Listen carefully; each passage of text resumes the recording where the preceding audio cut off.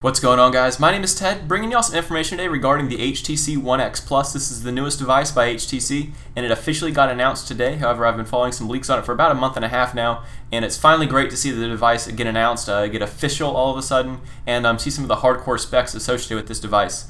I'm going to throw some of the pictures of the device on screen right now so you can see what it looks like. It's not officially released yet, so I can't get a hands-on or even purchase the device yet. No one can until the end of the month, or if you're over here in America like myself, next month is when this device gets released over here in America.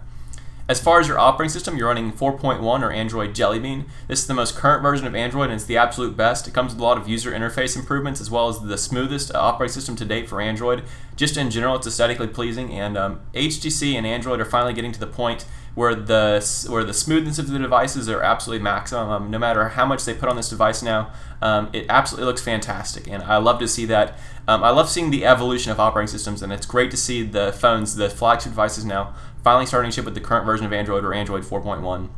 Moving on to the screen size, you're coming with a 4.7-inch screen that's got 1280 by 720 pixels. This comes in at 316 pixels per inch, which is almost as good as the iPhone. That's absolutely fantastic. The iPhone has a Retina display, I think 336 pixels per inch, something along that. And this one's 316 pixels per inch, so you're almost at the Retina display as far as how great your display is going to look on this screen. And it's 4.7 inches, which is a lot bigger than the Apple iPhone's. iPhone 5's, I think, 4-inch display on the iPhone 5 now. Moving on to the processor, you've been coming with a 1.7 gigahertz quad-core Tegra 3 processor. This is a fantastic processor as far as graphics goes, and 1.7 gigahertz is going to benchmark fantastically high. As far as a benchmark goes, a benchmark is like how high your device will score when the actual CPU is tested to its maximums. And this one is not going to let anyone down as far as speed goes. 1.7 gigahertz is the highest it's ever seen for a quad-core processor, and running Tegra 3 processors is a smart move because that's the best one for graphics. I think the best one for performance is the Snapdragon S4 Pro, and the best one for graphics is the Tegra 3. So the Tegra 3 is a great processor if you're going to be playing a lot of games. This one is not going to drop a frame the entire time. And with the Android 4.1 operating system, you're going to find that your entire phone is running at 60 frames per second no matter what you're doing. As far as your RAM and your ROM goes, it only comes with 1 gigabyte of RAM, which is actually kind of on the low end.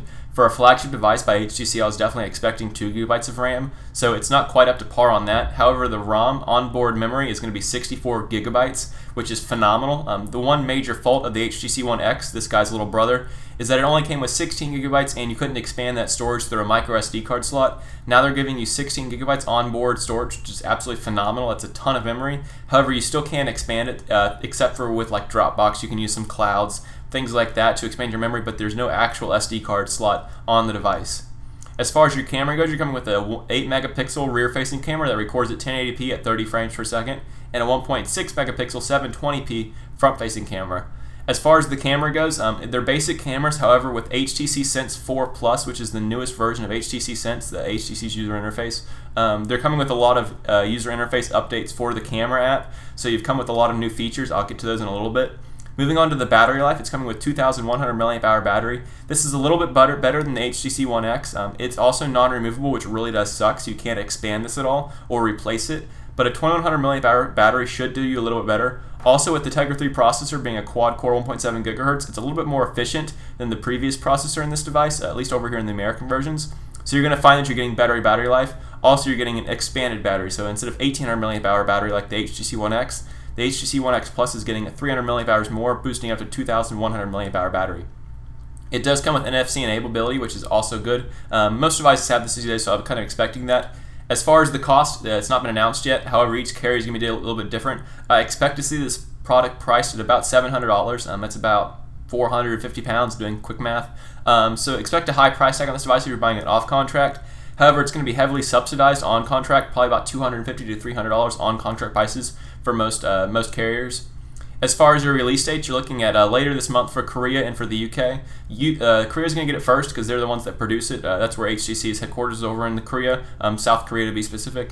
And UK is going to get it right after that. And then for over here in the US, we're getting it next month because we always get the devices last, which really does suck. As far as some other features of this device, like I was mentioning before, the HTC Sense 4 Plus is coming with this device. This is the first device to come with HTC Sense 4 Plus, which is kind of an upgraded version of HTC Sense 4.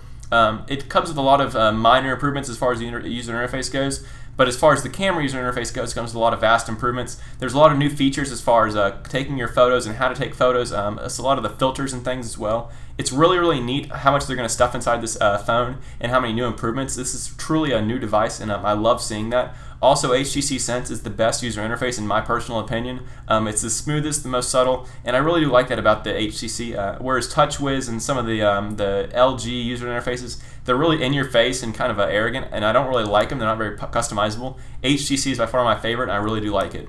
So as far as this device, I definitely give it 10 out of 10. Aesthetically, it's also beautiful. It looks just like the HTC One X. I mean, they really haven't changed the body of the device at all, except giving it a little bit better camera in the front, which looks a little bit different. But the device still looks exactly the same. You also have some red buttons now instead of, I think, the white buttons before. Minor updates. It looks awesome. It feels awesome. It's a great looking device. I just wish you could take off the back and add in an extra battery or add in a micro SD card. It's my only complaint with the device. Other than that, I really can't find any faults with this device. It's going to be fantastic. It's one of the best phones out there right now, and its only real competitor is going to be the Note 2, which is coming as well next month over here to America. The Note 2 features a bigger screen, but not quite as fast of a processor, so it's going to be interesting to see the battle between those two devices. Hope you enjoyed this video, guys. I hope you learned something new about this device. Be sure to leave a like if you enjoyed it and a comment down below if you have any questions at all. Also, subscribe to my channel if you're new. I post a lot of Android-related content news, and I'll catch you guys later. Bye.